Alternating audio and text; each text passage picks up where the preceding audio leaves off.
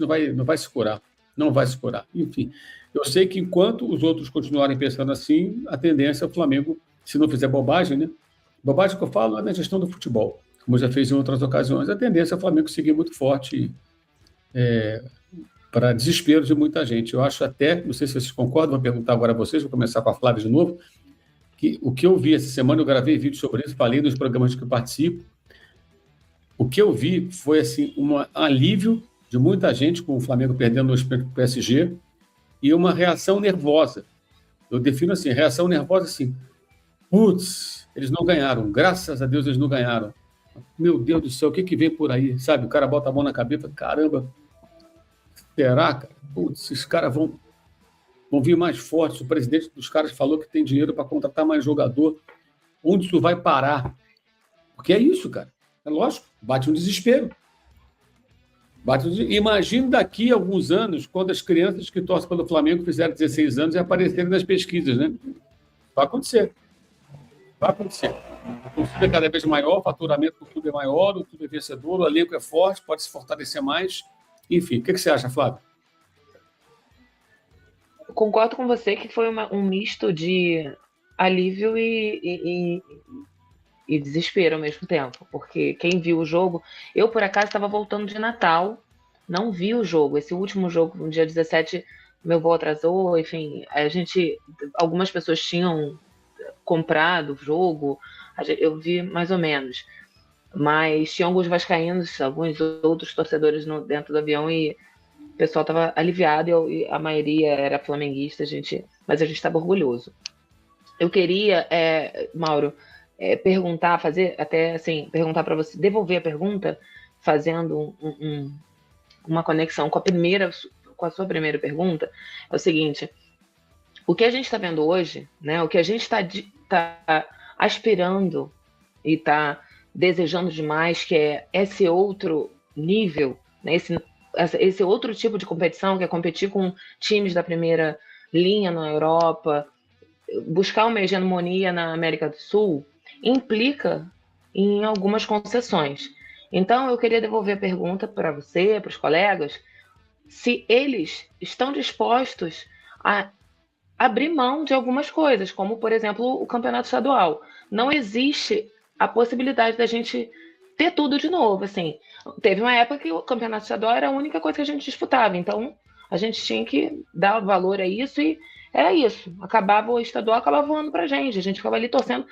Há 20 anos atrás, eu era nova, mas 26 anos, nem tão nova assim. Eu via o Flamengo, daquele ano, 2005, eu achei que o Flamengo ia cair, definitivamente ia cair. Né? E hoje, olha o que a gente está vivendo. Mas eu acho que, diante de tudo isso, a gente tem que abrir mão do Carioca. A gente tem que não se importar com o fato de disputar um campeonato estadual, onde tem rivalidades, às vezes unilaterais, como eu acho que é do caso do Botafogo, e num clássico simplesmente botar um mistão ali, o que der, para dar valor ao que realmente importa, que é Libertadores, brasileiro, e a gente repetindo, a gente podendo estar mais vezes no Mundial, que foi uma coisa que o Zico falou lá atrás, que a gente tinha que ir mais vezes para a Libertadores para a gente ganhar. E isso aconteceu mesmo. A gente tem que ir várias vezes para ganhar.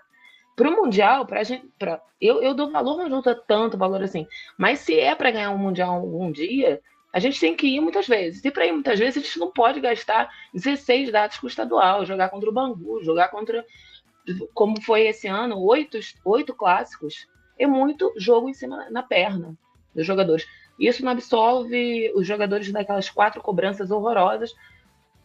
Mas eu acho que tem também ali aquele início, o estadual lá do início. Né? Os jogadores estavam exaustos. Isso também eu acho que foi um ingrediente, mas vocês, torcedores, amigos que estão disputando aí a bancada, a opinião do Mauro eu conheço, mas os que estão ouvindo a gente estão dispostos a abrir mão do estadual? Porque eu acho, gente, sinceramente, se não para mim podia acabar, mas eu tô de boa se o Fluminense começar a ganhar isso daí, o Vasco voltar a ganhar. Vocês estariam dispostos para conseguir conquistar o que realmente importa?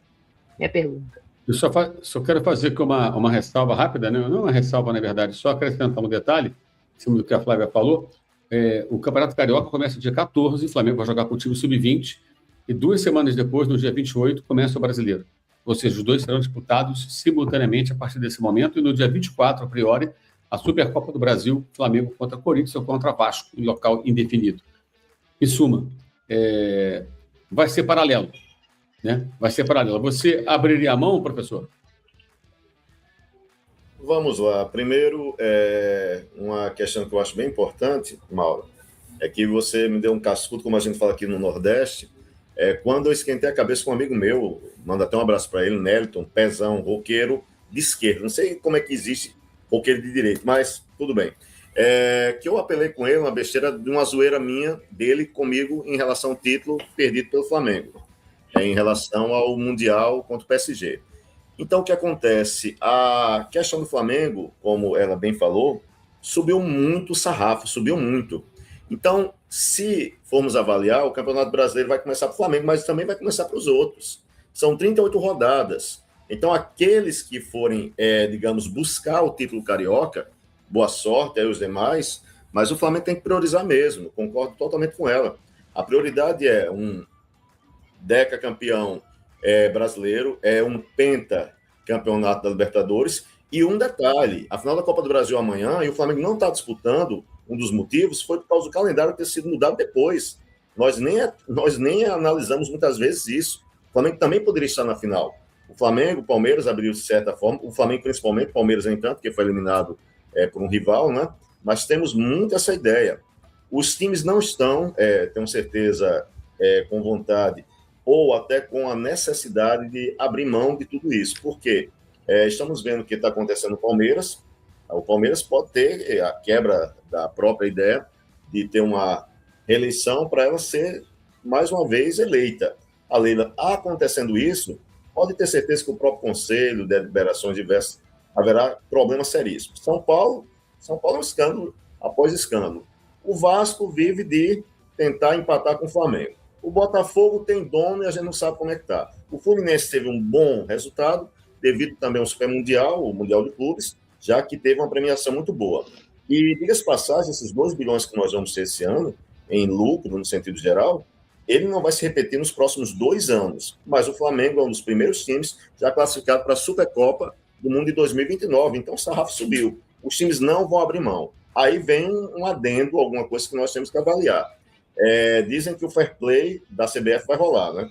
Caso seja verdadeiramente feito, praticado, aí, minha amiga, eu tenho certeza que eles não vão querer entrar nessa de fazer o que o Mauro mesmo fala, tomar o remédio amargo, mas serão forçados. Por quê? Se eles não fizerem isso, simplesmente podem ter sanções à CBF, que eu acho muito difícil na prática, já que os clubes, federações, muitas vezes se aliam, diga-se passagem, quantas e quantas vezes nós tivemos... Na última live, elogiamos ele pra caramba. Mas aí você vê, quando joga contra jogadores do PSG, que é um time de elite da Europa, aí você começa a ver a diferença. No primeiro tempo, quer dizer, todo mundo com o tanque cheio, às vezes que ele tenta colocar na frente e ele é simplesmente jantado pela defesa do Paris Saint-Germain. Ele não ganha um duelo no primeiro tempo. Nada. Ele bota na frente, os caras vêm, vral, rouba a bola dele. Porque, cara, tem um motivo pelo qual o cara não tá lá. Tem um motivo do cara não ter jogado lá. Para jogar lá, eu estava conversando com o Tomás hoje de manhã, o ponto dele é que para jogar lá você tem que ter técnica e força, na maior parte das vezes. Quando você tem uma das duas coisas, segundo o Tomás tem razão, aí você fica aqui. Você tem muita técnica e pouca força, você fica aqui. Você tem muita força, pouca técnica, você fica aqui. Aliás, vem jogar no tricolor, que a gente tá precisando. Mas se você tem as duas coisas, você vai para lá. Então, esses caras, e o Felipe Luiz fala isso na coletiva também, fala, o time deles é melhor, não sei o quê, porque os caras juntam essas duas coisas, né? Eles têm técnica e eles têm força. O Arrascaeta não conseguiu ganhar nenhuma no primeiro tempo. E tem uma que ele tá na esquerda, assim, que ele joga na frente para velocidade. Pô, cara, não dá. Então, acontece. E essa é a diferença. É o maior orçamento das Américas, o Flamengo, mas ainda assim, salvo raras exceções, talvez o Carrascal, é muito difícil você ter jogadores que têm as duas coisas, né? E aí eu fui fazer as contas. Deixa eu ver. Eu fui fazer as contas aqui agora, né? Tá aqui o número para todo mundo, 69,79. São quantos minutos em média o Arrascaeta fica em campo na temporada?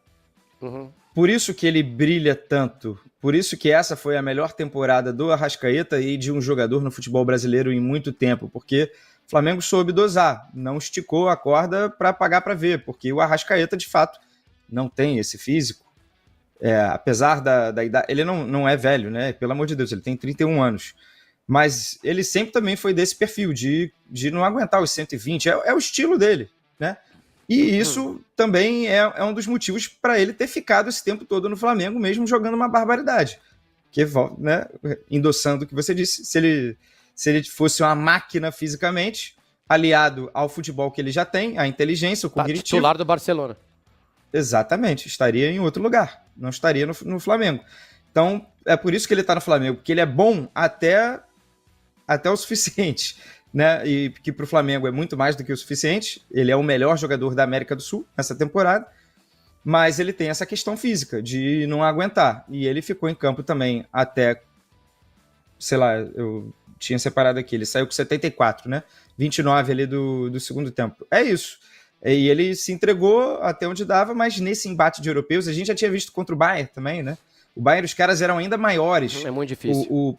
O PSG, ele tem a média de altura de 1,81. O Flamengo tá na média também, 1,81. Mas a idade do Flamengo média de 30 anos e do PSG 24 anos. Então, o físico do PSG é na molecada. Porque o João Neves é baixinho, o Vitinha é baixinho, o Cangueli é baixinho, enfim, tem outros baixinhos, assim, o Zaire Emery também acho que não é super alto. Mas é tudo molecada, tudo corre, meu filho, tudo alto. Forte. É 1,80m e pouco. Não existe mais pontinha baixinho. Já falei pra vocês, é tudo igual o Ryan, que já vai ser vendido por alguns milhões de euros também. O pessoal tá falando, quem é o Daniel? Então por que o Saul já tá aqui? Saul já, quando começa a perder força, vem pra cá. Samuel Lino, não sei o quê. O Samuel Lino não deu certo lá, provavelmente porque não tem a força que eles acham que precisa ter lá. E o Flamengo pagou dinheiro caro, rivalizando com quem pagaria lá. E aqui ele deu uma Libertadores pra vocês, né? Aqui ele deu uma Libertadores pra vocês. E eu acho que ele ainda vai jogar muito. Assim, tá só nos primeiros 6 meses de contrato. Mas estão aqui, né? Me fala aí, então, chat, vocês estão questionando esse fato, que pra mim é fato. Qual jogador bateu e voltou lá e depois voltou pra Europa maior? Bateu, voltou, então foi pra lá, voltou e depois voltou pra Europa maior do que veio. Fala você imagina o Gabigol hoje indo pra Europa, você imagina? Fala um nome pra mim. Bateu, voltou e depois falou, não, a Europa errou. Esse eu não, o Arquizado tá falando que ele chama nenhum. Esse eu não conheço. Onde ele joga o nenhum? Não tem, cara, não tem. Bateu, voltou e foi pra lá maior do que voltou? Não tem. Acho que vão existir exemplos, mas assim, que só vão comprovar a regra. O Gerson não é verdade, ele tá na Rússia, a Rússia não é Europa. Hulk não. Hulk foi pra lá novinho, mal jogou aqui. Ele vai pro Japão antes. Ele foi pra lá e ficou no Porto um tempão. Luiz Henrique tá na Thiago Rússia Silva, também. de fato, voltou, mas assim, voltou porque ele teve tuberculose. Ele foi muito jovem. E depois ele vai pro Milan. Scarpa, bateu, voltou. Luiz Henrique, que estão falando, porque o Luiz Henrique foi pro... Mas ele tá no Zenit agora, né? Não, Ronaldo não voltou pra lá, né? Ronaldo veio e voltou pra cá e ficou. Ronaldinho não voltou pra lá também, né? O Tevez não voltou também. O Tevez sai do Boca pro Corinthians, né? Sai do Boca pro Corinthians, do Corinthians vai embora e nunca mais volta. Aí é Manchester United, Juventus Exato, e etc. City, West Ham. Gabriel Jesus não voltou, ele tá lá, ele tá no Arsenal. Andreas Pereira bateu, voltou. 2 vezes.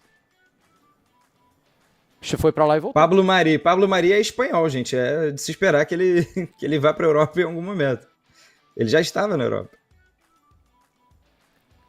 Depay não tem mercado na Europa? Não tem, Daniel. Senão ele tava lá, pô. Não tem, não. Talvez o Vitor Roque é o que tem a possibilidade. Davi Luiz, não. Zé Roberto no Santos, não. Ribamar, Djalminha.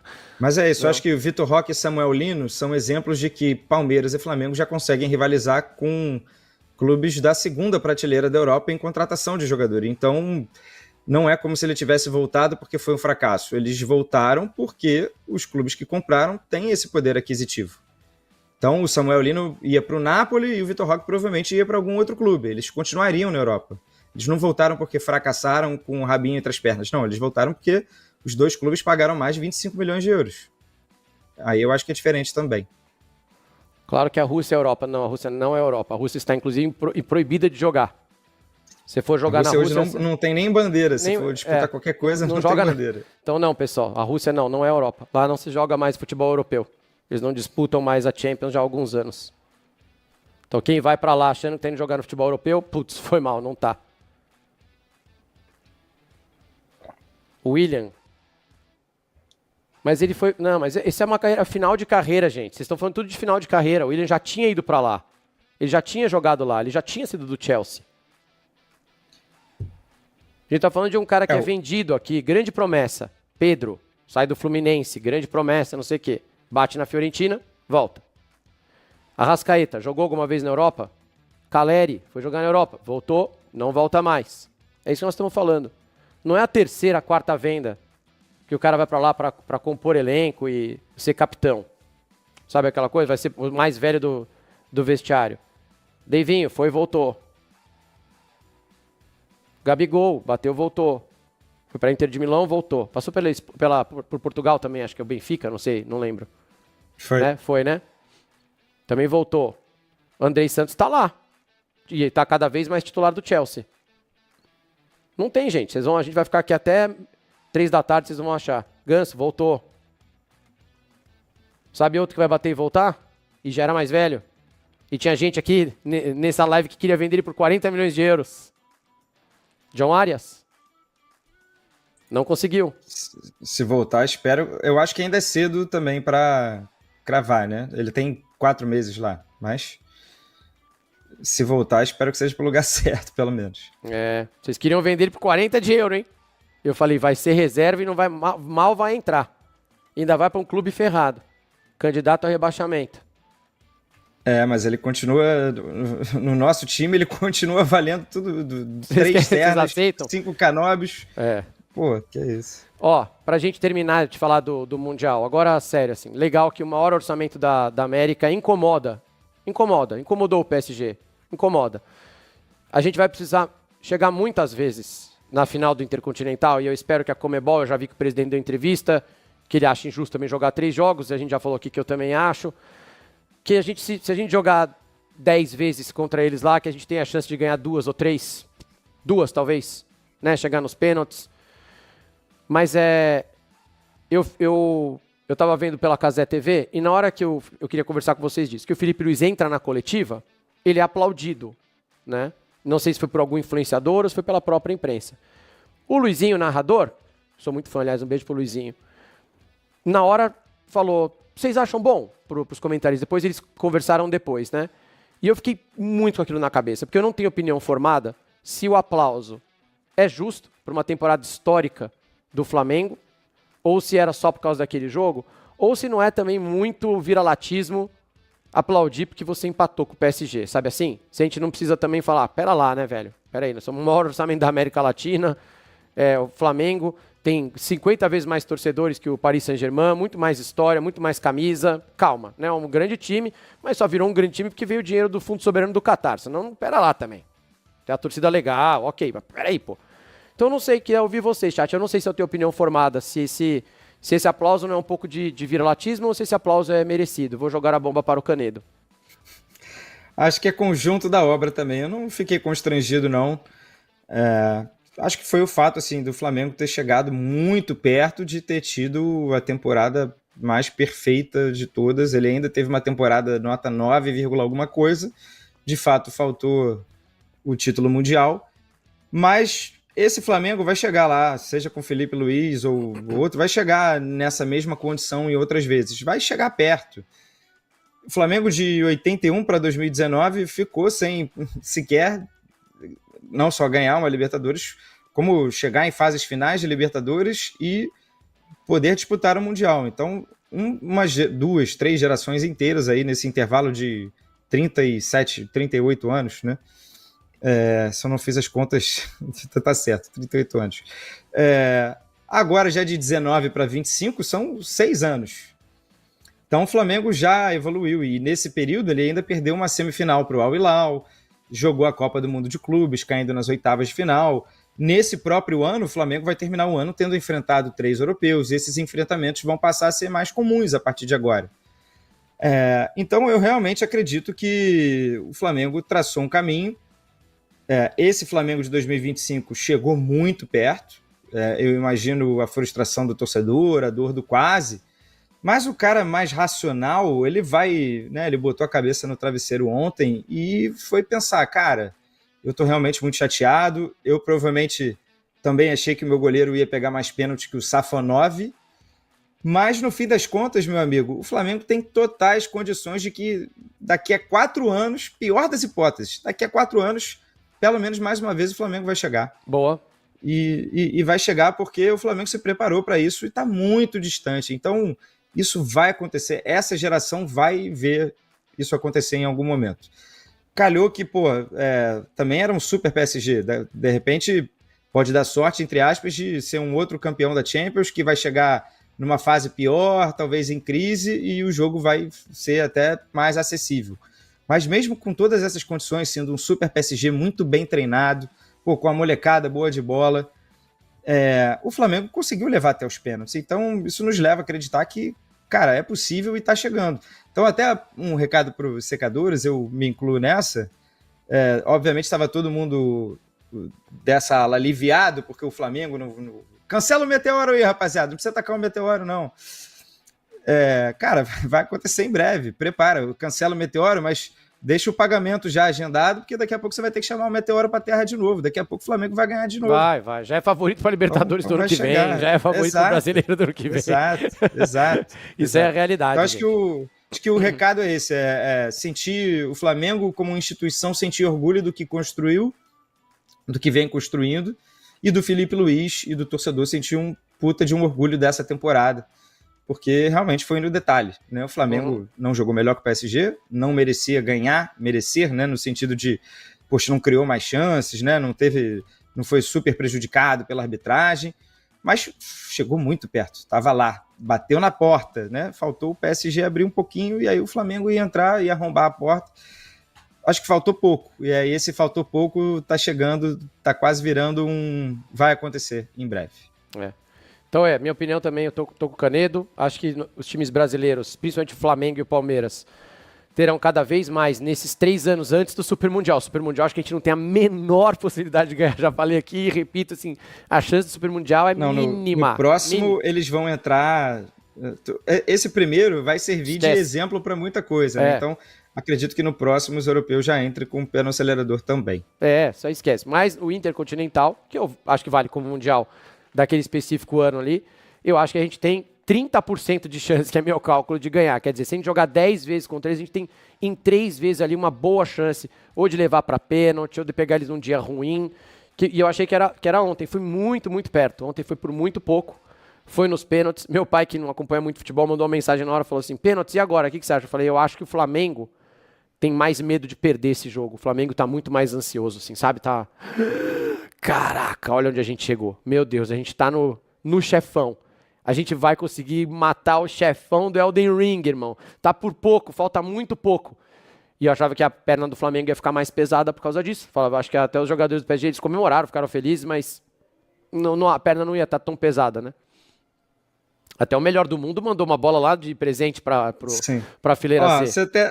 Você até me lembrou de um detalhe importante. A comemoração do PSG foi diferente da comemoração dos europeus dos outros anos. Efusiva. Todo mundo saiu correndo. Eu achei diferente, achei legal nesse sentido. Vamos valorizar esse embate. E acho também que devem ter falado para os jogadores. Vamos comemorar. Estamos no Catar. Chefe tá aí. Chefe tá aí. Estamos no Catar. O presidente da FIFA mora aqui. Gianni mora aqui. Aqui é importante, né? O chefe tá aí, o dono tá aí. Vamos, ganhamos, entendeu? Vamos dar uma valorizada. Né? E aí eles deram... Deve ter rolado um bicho também. O bichinho gostou.